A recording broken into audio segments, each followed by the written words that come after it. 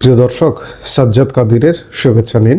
এই মুহূর্তে আপনাদের সামনে কথা বলতে এসে আওয়ামী লীগবিহীন নির্বাচনে বিএনপির ভূমিধর জয়, জামাতের উত্থান এবং আগামীর বাংলাদেশের রাজনীতি কি হতে যাচ্ছে একটা ভিন্ন প্রেক্ষাপটে বলা যায়। বাংলাদেশের ত্রয়োদশ জাতীয় সংসদ নির্বাচন অনুষ্ঠিত হলো, যে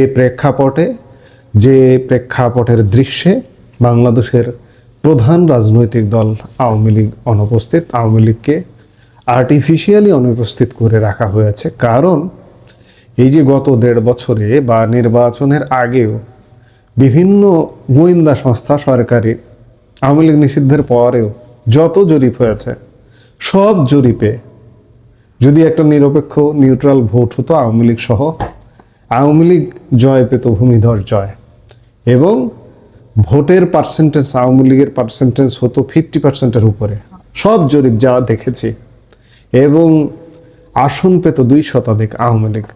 কিন্তু যেহেতু আওয়ামী লীগের এত বড় জয় অন্ততপক্ষে এই যে মবের বাংলাদেশ এটি মেনে নিতে পারবে না। এই মবের বাংলাদেশ যেহেতু মেনে নিতে পারবে না, সেহেতু আওয়ামী লীগকে নির্বাচন থেকে বাইরে রাখা হয়েছে। বাইরে রেখে ফলাফল কি হলো? ফলাফলটা পেল আরেকটি বাংলাদেশের প্রধান বড় রাজনৈতিক দল বিএনপি। 2 দশকের চেনা দৃশ্যপট পাল্টে দিয়ে এই নির্বাচনে অনুপস্থিত ছিল দেশের অন্যতম বড় রাজনৈতিক দল আওয়ামী লীগ, আর তাদের অনুপস্থিতিতে ব্যালট পেপারের এই লড়াইয়ে অভাবনীয় জয় পেয়েছে বাংলাদেশ জাতীয়তাবাদী দল বিএনপি। সর্বশেষ বেসরকারি ফলাফল অনুযায়ী বিএনপি ও তাদের মিত্ররা 2/3 আসনে জয়লাভ করে নিরঙ্কুশ সংখ্যাগরিষ্ঠতা অর্জন করে এখন সরকার গঠনের পথে। অন্যদিকে জামাতে ইসলামী তাদের রাজনৈতিক ইতিহাসের সেরা ফলাফল করলেও সরকার গঠনের একটা স্বপ্ন দেখছিল। এটাকে আমি দুঃস্বপ্ন বলি। এটা বাংলাদেশ, তাদের সেই দুঃস্বপ্ন পূরণ হয়নি। কিন্তু নির্মম বাস্তবতা হলো, অতি তিক্ত বাস্তবতা হলো, জামাত বিরোধী দলের আসনে বসছে, সংসদের বিরোধী দলের আসনে, আর বিএনপি একক সংখ্যাগরিষ্ঠ দল হিসেবে সরকার গঠন করতে যাচ্ছে। আমরা আলোচনার আরো গভীরে ঢোকার আগে চলুন দেখে নিই এখন পর্যন্ত পাওয়া বেসরকারি ফলাফলের সংক্ষিপ্ত চিত্র। বিএনপি ও মিত্র জোট পেয়েছে 213টি আসন, নিরঙ্কুশ সংখ্যাগরিষ্ঠতা বা ল্যান্ডস্লাইড জয় বা ভূমিধর জয়, আপনি এটিকে যেভাবেই বলুন না কেন, এটা ভূমিধর জয়। জামাতে ইসলামী ও মিত্র জোট পেয়েছে 77, প্রধান বিরোধী দল হিসেবে উপস্থিত হতে যাচ্ছে। এর মধ্যে শুধু দল জামাত পেয়েছে 68টা, এবং 68-র বাইরে বাকি 9টা পেয়েছে জামাত জোটের সাথে যারা আছে তারা। তার মধ্যে এনসিপি পেয়েছে 6টা। এটিও এনসিপির জন্য বলতে গেলে বলা যায় যে বিরাট সাফল্য। খেলাফত মজলিস পেয়েছে 3টি, এটিও জামাত জোটেরই একটা দল। স্বতন্ত্র ও অন্যান্যরা পেয়েছে মোট 9টি, 8টি স্বতন্ত্র এবং 1টি ইসলামী আন্দোলন।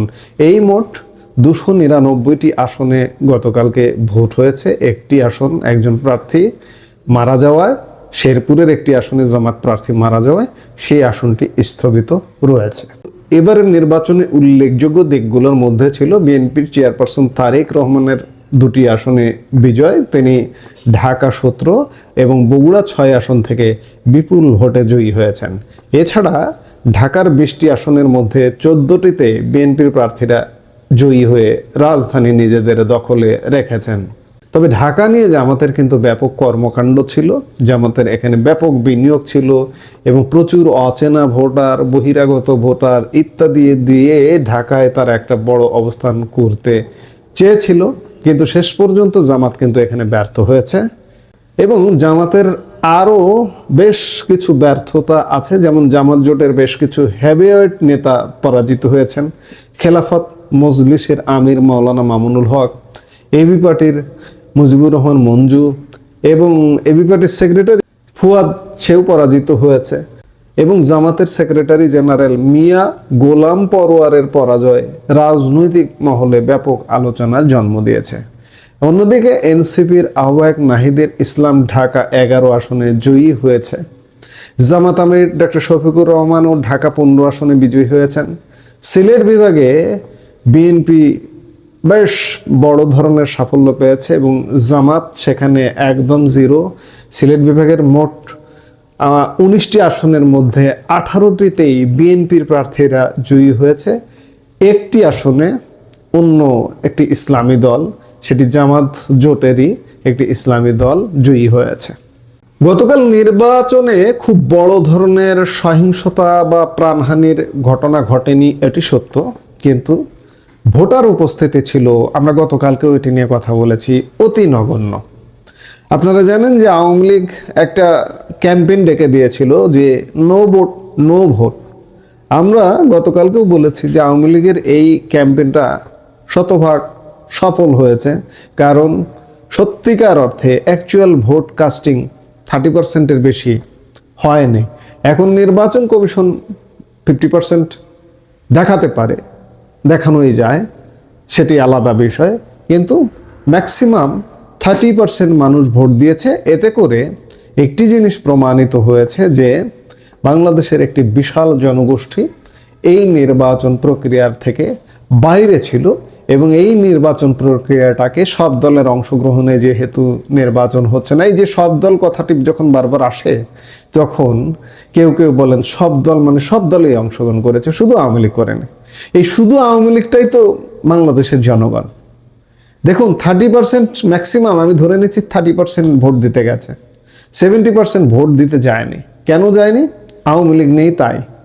তাহলে এই 70% আওয়ামী লীগের, আমি ধরে নিলাম 70% আওয়ামী লীগ না, ফ্লাইং আছে, আওয়ামী লীগের সাথে ফ্লাইং ভোটাররাও যেতে, সাধারণ মানুষও ভোট দিতে যায়নি।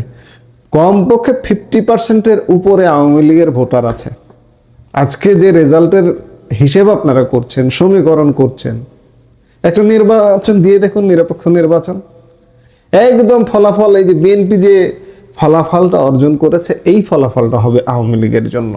যদিও প্রধান নির্বাচন কমিশনার AM নাসির উদ্দিন দাবি করেছেন নির্বাচন ছিল সম্পূর্ণ স্বচ্ছ এবং স্বচ্ছতার কোনো অভাব ছিল না। তিনি এই নির্বাচনকে জাতির কাছে দেওয়া ওয়াদা পূরণ হিসেবে বর্ণনা করেছেন। 25 কোটি ব্যালট ছাপানোর বিশাল কর্মযজ্ঞ শেষে কোনো প্রাণহানি ছাড়া এমন নির্বাচনকে তিনি সফল হিসেবেই দেখছেন। এখানে এই নির্বাচনে উল্লেখযোগ্য একটি দিক যে জামাত আশা করেছিল তারা হয়তো সরকার গঠন করবে বা বিএনপির খুব কাছাকাছি থাকবে, কিন্তু ফলাফল বলছে বাংলাদেশের সাধারণ মানুষ জামাতের উপর ভরসা করলেও তাদের হাতে ক্ষমতা দিতে প্রস্তুত নয়। বিশেষ করে উত্তরাঞ্চল ও পশ্চিমাঞ্চলে জামাত ভালো করলেও দেশব্যাপী বিএনপির জোয়ারের কাছে তারা নতি স্বীকার করেছে। বিশ্লেষকরা বলছেন যুদ্ধাপরাধের তকমা এবং সাম্প্রতিক সময়ে নারী নিয়ে নানা রকম বিতর্কিত মন্তব্যের কারণে এবং কট্টর ইমেজ থেকে বের হতে না পারায় জামাতের সরকার গঠনের স্বপ্নভঙ্গের কারণ।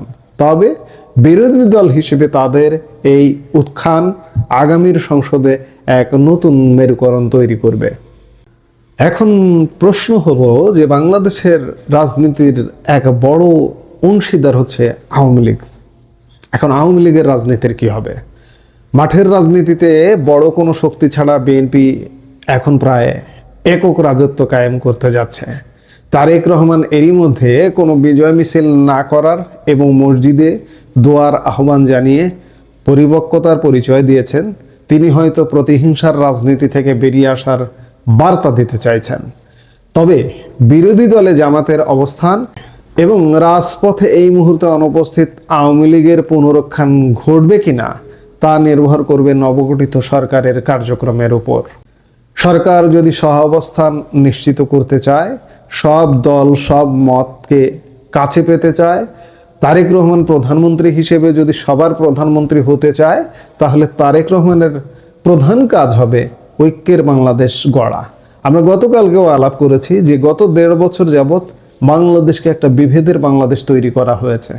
এই বিভেদ দূর করে এবং তারেক রহমানের এটি মাথায় রাখতে হবে, ভোটের কাস্টিং কিন্তু অনেক কম হয়েছে। কেন কম হয়েছে? আওয়ামী লীগের ভোট বর্জনের ডাক এবং একটি বড় অংশ এই ভোটে অংশ না নেওয়া। তারেক রহমান যদি প্রধানমন্ত্রী হনই, তাহলে তাদের আস্থা অর্জন করাটাও তার জন্য একটা বড় চ্যালেঞ্জ। এই চ্যালেঞ্জে যদি উতরাতে পারেন তাহলে তার শাসনকাল তিনি 5 বছর মেয়াদ পূরণ করতে পারবেন কিনা, নাকি কয়েক মাস হবে, নাকি কয়েকদিন হবে, এটি কিন্তু সম্পূর্ণ তার কর্মের উপরে নির্ভর করবে।